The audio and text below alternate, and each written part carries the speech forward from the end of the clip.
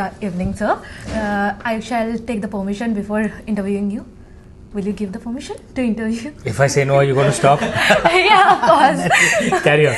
Okay, so I would like the first question. Your female characters like Sita and Meenakshi are often portrayed as strong, independent warriors. What inspired this modern feminist take on figures traditionally seen as demure or subservient? It appears modern to you because many of our ancient stories have not been taught to your generation. It's not your fault. Yes. The fault is actually of my generation and the generation prior who have not decolonized our education system.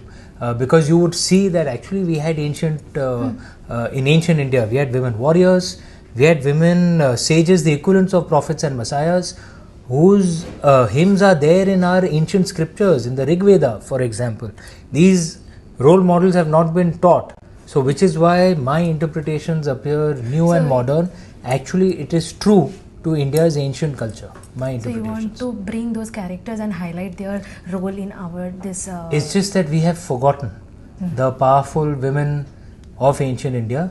I'm just trying to remind people of that. And I'll say once again, the Indian feminism was not the Western model of feminism, where often fighting for women's rights ended up hating men, or fighting for transgender rights ended up meaning hating women, right?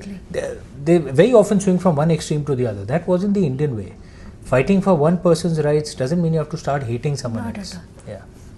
Okay, the next question. The Somnath discretion is still an emotional subject. Were you concerned that blending fiction with such a sensitive history might spark political or religious debates? The book has been out for some 2 months now. It's been #1 on most bestseller charts. HarperCollins has gone into reprints already. You won't have read any controversy on it. I'm telling you, it's about the attitude with which you write rather than the subject that you're writing. Of course, sir. I don't aim to create controversy. I don't aim to create divisions. I speak of unity, wanting Indians to come together to fight a foreign invader. That's what's referenced in, that's what's kind of showcased in my book, which is why perhaps there's no controversy. Thank you, sir. And the last question I would like to ask that you have spoken about the narrative truth versus factual truths in myths. Could you elaborate on this distinction and relevance to your novels? Look, you cannot make up facts. Facts are facts. Okay. Some people ignore some facts, and oftentimes new facts emerge. Right. What is narrative? Narrative is how you link up those facts. Right. To have a story which makes sense to you, because how humans absorb things is not with a list of facts, it's a story. So the same set of facts of the last 1,000 years, that invaders came, first the Turks, Persians, Arabs, then the Europeans, they came, and Indians lost many battles. Yes. This is a set of facts which is true, right?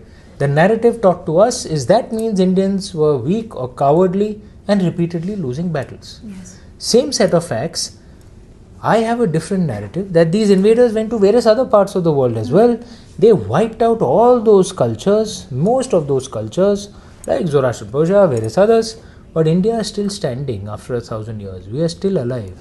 So the same set of facts. My narrative is that it's not that our ancestors were cowardly or weak. In fact, our ancestors mounted the greatest resistance in human history. They are the only ones who kept fighting and fighting and fighting and fighting. Same set of facts, two different narratives. I prefer this narrative because in my opinion, this is the true narrative. We are not descendants of weak and cowardly people. We are descendants of the toughest among the ancient people. Same set of facts, right? Yes, yes. But two different narratives. Okay, so. So last thing, that any inspiring advice would you like to give to our youths, because in this generation of AI, the reading book culture is gradually fading away. So luckily at least my books are still selling. But still, I would have a job. We would see like people are scrolling reels rather than reading books or anything. I think one of the things that I would advise, and I don't know if it's inspirational or not, but I'm not aiming to inspire. I'm just telling the way I see things. That this is perhaps the best time to be born in India in the last many centuries. India is rising after centuries of decline. Till just the 1980s, India's GDP was smaller. Then the gross sales turnover for few American car companies, we were that poor. Till just the mid 2000s, Pakistan's per capita GDP was higher than India. Yes. Okay, our lowest point economically in human history was actually not the British Raj. We kept declining after 1947 because of socialism. Our lowest point was actually the 1980s. The turnaround that's happened post 1991 is dramatic. What a fantastic time to be born an Indian. Today we are the fourth largest economy on earth. We just we just crossed our former colonial master, the UK, right? We are growing, we are more powerful. Yes, It's such a fantastic time to be born an Indian. You guys will benefit from this great rise. In fact, you guys will make the rise happen. Yes. I don't know if that inspires you, but I find it damn yes, inspiring. of course. What a great time to be born in inspiring India. Always. Yeah. Thank you so much, sir. Thank you. Warm water, sir. Thank you.